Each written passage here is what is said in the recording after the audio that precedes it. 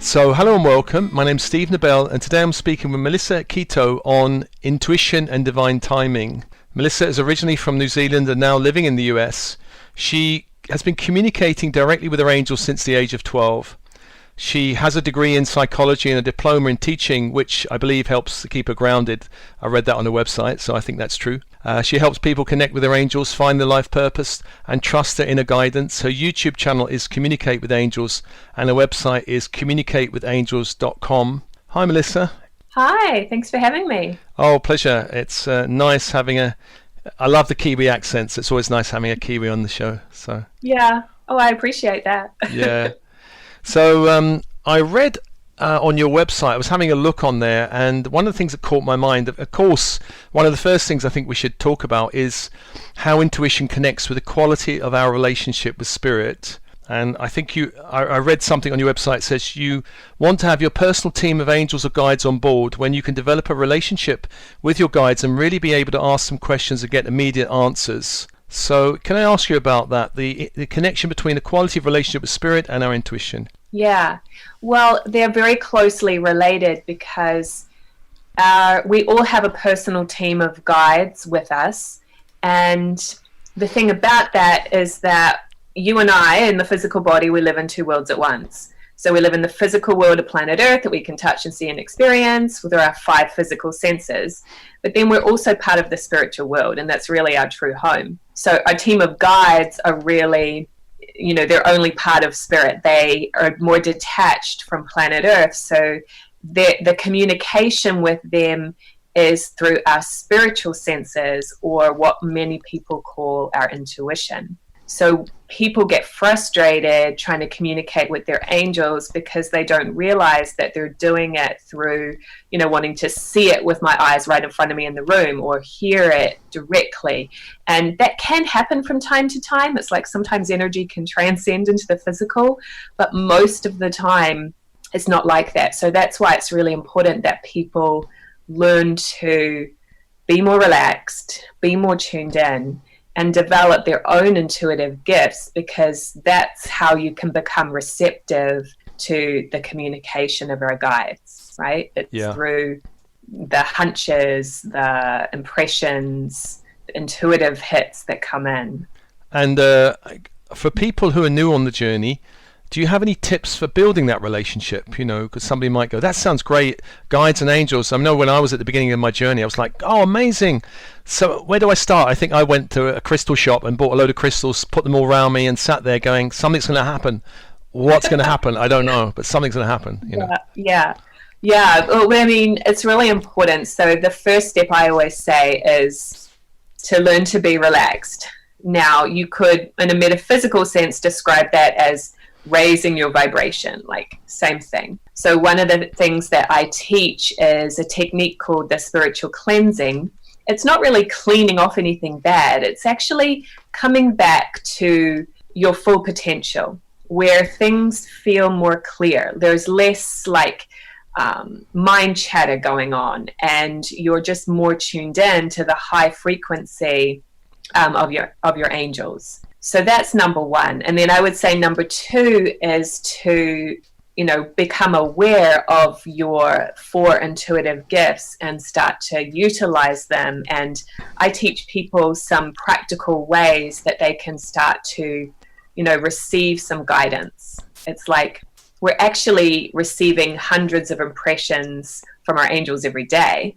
It's just that we don't know how to distinguish that from our own mind or thoughts, etc. No one's ever taught most people how to do that, right? So receiving that guidance, it's like it's coming in all the time, but then now with some simple tools, you can learn to, okay, this is what I would like some guidance on, and actually receive that and begin to recognize what that's like. When it's my own thoughts, it's like I'm putting some effort in or thinking it through. When I'm receiving messages from my angels, it's like it just pops into my mind out of nowhere, or this aha moment or a moment of clarity. And that's the things that people can start to pay attention to. Another great thing to pay attention to actually is when you have a feeling of chills or goosebumps or tingling on your body. because that's the high energy of our spirit guides coming close, and we'll feel that kind of charge to our nervous system.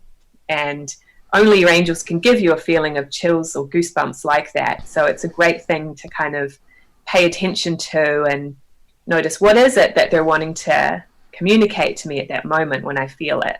It might be a sign to pay attention, or a confirmation that you're on the right track, or reassurance. So I think the first step is becoming tuned in and paying attention to this spiritual communication that is happening all the time. We're just not used to paying attention to it and discerning it, Yeah. I guess you mentioned the difference between thoughts and guidance. I suppose when I first started out, the question for me was, how can I tell the difference between my own mind chatter and the kind of voice of my intuition? Because I was expecting a voice, really, and I know intuition can come in all kinds of ways, but for me at the beginning I thought, I want to hear something, and all I could hear was my mind chatter. It took me a while to kind of discern the difference. What would you say to someone who has that question? How do I discern my own mind chatter from something else coming in that's different than that? Yeah, that is the most common question that I get asked all the time. So one thing is that realizing that it isn't just hearing. It's like people need to learn to kind of get out of their heads and into their feelings more, right? So how does this feel? Like each person is energy. That's who you are as a soul, a spiritual being. You are energy. So it's like, even like trying to get out of that busy mind and notice, okay, what am I feeling? What am I sensing? Because a lot of the things that we're picking up aren't even ours as well, coming from something else other than your angels. But I think that distinction is, like I said, is noticing when it just pops in out of nowhere. Or if I find myself saying, wow, I never would have thought of that. And I know it wasn't me. It was like this divine guidance coming in, because our team of guides have a bigger picture. They can see unlimited possibilities, but each one of us kind of only has this limited understanding based on what we've, done and experienced in our life before. So when we get this new idea, or, pay attention to how it feels along with the thought. Does it feel really expansive and light and exciting? That's a good clue as well. Yeah. Whereas I guess our own mind chatter can be we're trained to be a bit fearful, aren't we? A bit anxious. So if it's a load of anxious mind chatter, then maybe that's not the angels talking to us. No, definitely not. And that's a really another important thing to be able to discern is our angels are always solution oriented, and they stay detached, and they never have a feeling of doom and gloom or worry or fear, anxiety. Like those are those lower vibrations. And unfortunately, there are souls that can tune into those lower vibrations. But, our guides, they're evolved beyond planet Earth level, and they're never going to buy into any of that. So if I'm feeling fearful, which obviously with this whole, quarantine situation we're in right now, people are picking a lot of stuff up and they're having emotions. But I feel like through all of this, our angels are just, being reassuring and giving you possibilities and solutions. And I know for me personally, I've been just continuing to come back to, okay, how can I make the most of this situation that I find myself in that's out of my control? Yeah. And each person's personal team of angels will be helping them with that. Like, okay, what's your purpose, and how can you continue to learn and grow? Let me continue the kind of question on that. Well, I guess I guess New Zealand must be the same, but in the UK and America, as far as I know, that people are trained to be so left-brained that it seems to me that being so left-brained can get in the way of intuition. We're not really taught to be left and right-brained so much. What can get in the way of intuition, as well as the way we're trained and brought up? Stop talking to your imaginary friends, says mother or father. That kind of thing. What kind of gets in the way, and how do we get around that? Yeah, I totally had that. I distinctly remember having an experience when I was little, telling my mother there was something under the bed, and she said, "Oh no, it's just your imagination." So slowly but surely, as we're very, very sensitive when we're little, but we get all these messages that it's wrong, that you're making it up, that it's not real, and so we kind of close that off. And unfortunately, some people also have messages of fear around that, whether it be from religious training or otherwise, like that's wrong, or I'm going to get you down the wrong path. So it does take, this side of spiritual and personal development, to let go of some of the fears that might be getting in the way, or the way that we're kind of holding ourselves back. Yeah. And when you can really, so one thing I talk about is that when we're naturally in the flow, our energy moves as feel, think, act, or feel, organize, act.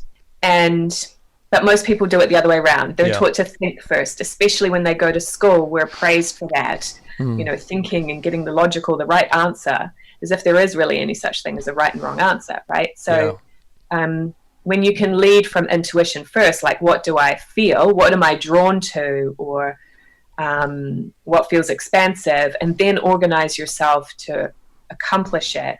That's when things just flow more easily in life. One of the things that I'll tend to do if I get out of balance is, feel, think, and then not act at all, right? Because we learn to just overthink and worry about things. And if we can just, it's not thinking less. That kind of is a difficult thing to accomplish. It's really feeling more, right? Expanding that intuition more and having that come to the forefront, which can be scary at first if you're not used to it. Like people's logic, it feels like a protection and a safety.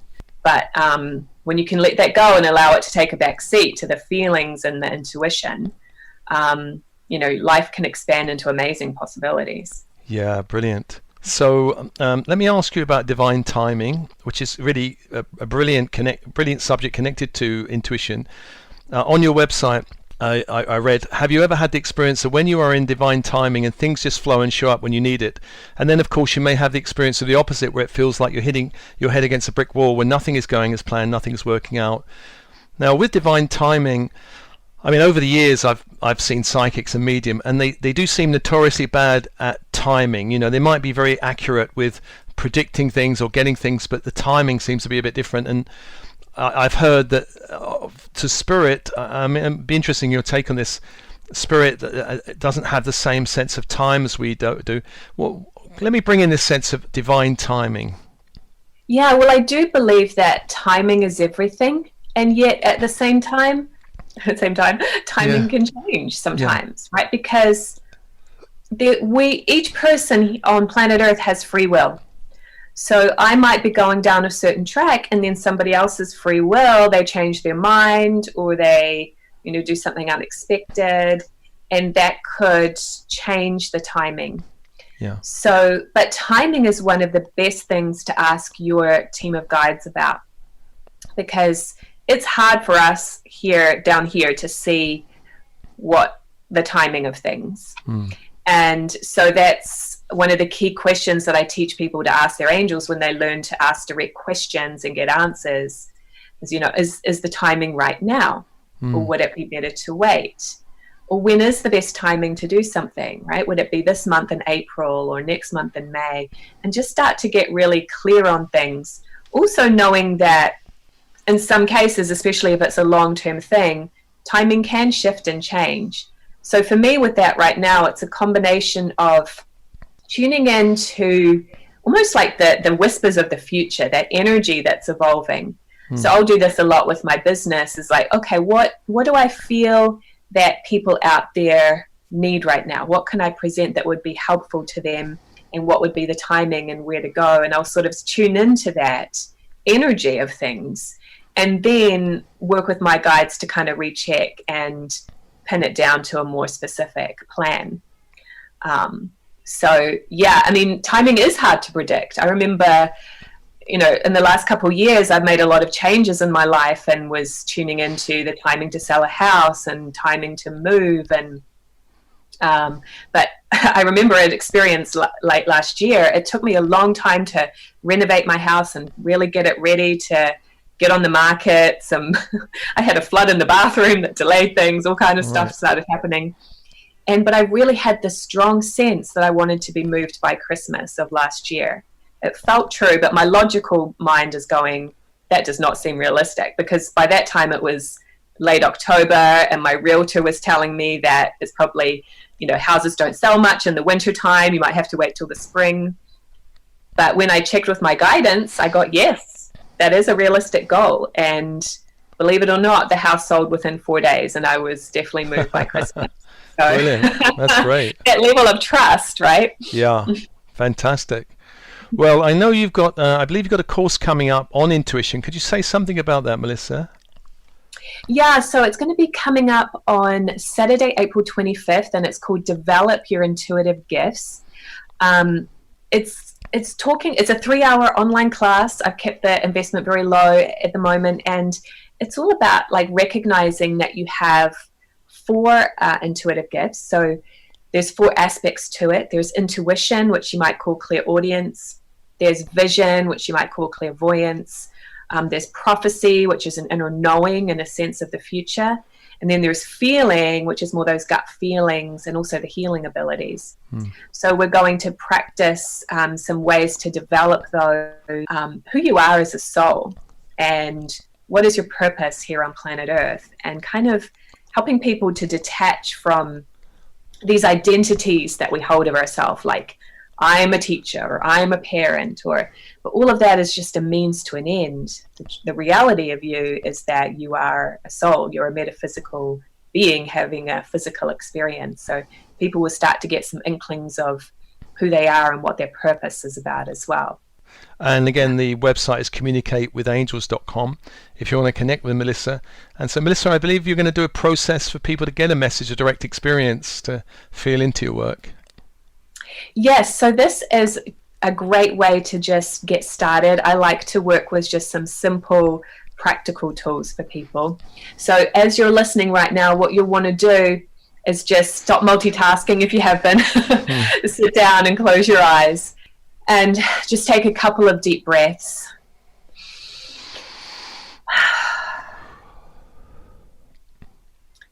And this is where I also would bring in that spiritual cleansing technique. It's kind of difficult to explain over audio like this, but if people want to check that out, they can go to communicatewithangels.com/cleansing. But for now, we can just take some deep breaths.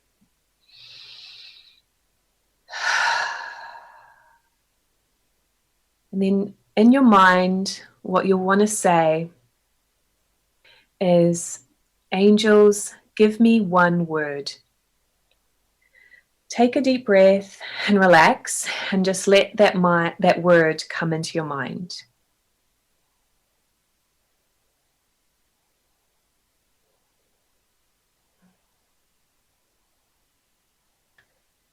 So when you have it, you can just write it down.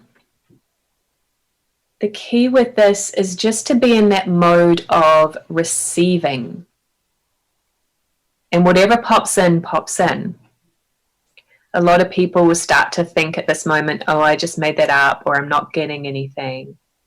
And so if you're feeling that right now, you just want to, maybe even pause the audio and just take some more deep breaths and really just be patient and present.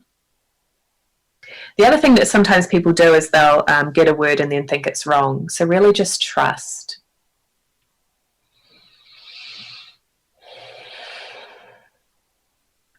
All right, so we're going to expand a little more. Take another deep breath.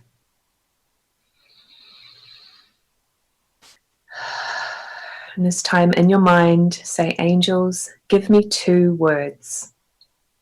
Another deep breath and relax, and allow those 2 words to pop in your mind.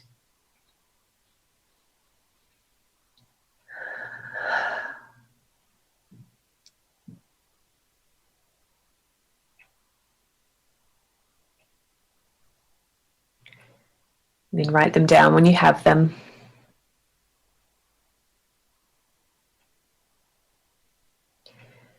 And lastly then, just close your eyes again and say, angels, give me a phrase.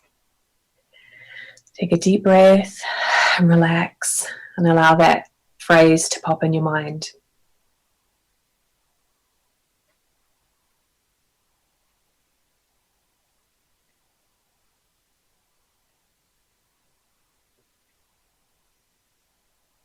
And then when you have it, write it down.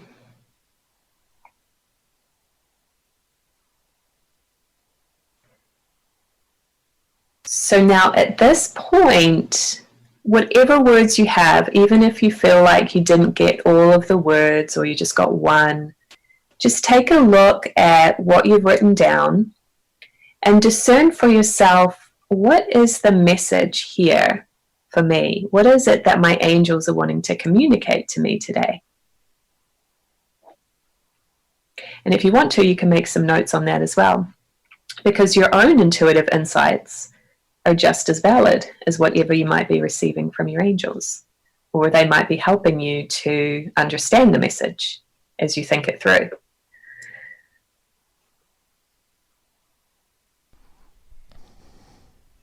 So how was that, Steve? Yeah, that was great. Well, actually, it's surprising. I didn't have anything in mind particularly, but I immediately got 2 words, which was trust, bliss, and then I got the next. So then I thought, oh, now, okay, maybe I've jumped the gun and got 2 words before I should have done. And then the next 2 words was actually a name of someone. And this is someone actually I was planning to go on a retreat with in September, but who knows if I was going to go on it, but the name popped in my head. And then the third phrase was everything's going to work out fine. So I was like, oh, maybe they're telling me I'm going to go. Yeah, interesting. Yeah. That's great. So yeah. It's a retreat in Greece, so it would be nice to go. I'm looking forward to the beaches and sunshine. Yeah, that sounds amazing. Yeah. Thank you so much, Melissa. Yeah, you're welcome. Thank you. So just to remind everyone, your website is communicatewithangels.com, and there is this course coming up very soon, this weekend actually. So do get in touch. And Melissa, maybe one day when you come to England, we'll have a cup of tea or something. Yeah, sounds great. I'd love that.